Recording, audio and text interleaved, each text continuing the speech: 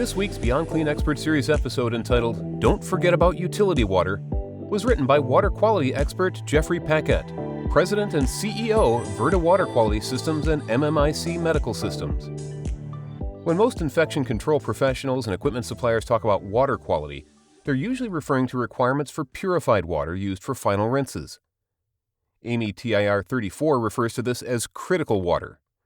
It is often also referred to as DI water or RO water. Most likely, the purification equipment in your department supplies you with critical water. However, what about all the other water you use in your department? It may surprise some of you, but it's also subject to the AAMI guidelines and is referred to as utility water. AAMI recognizes that this water can be as important to the effectiveness of your disinfection and sterilization processes as critical water. It impacts the quality of your work as well as the rate at which medical devices must be repaired and replaced due to the water-related corrosion and damage. While the water that is being sent to your department may meet utility water quality guidelines, in many regions of the country it does not.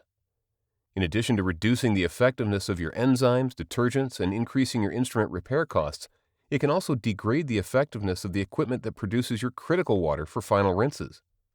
Typical problems will be high or low pH, high total organic carbon, high conductivity, high chlorides, and water that is too hard.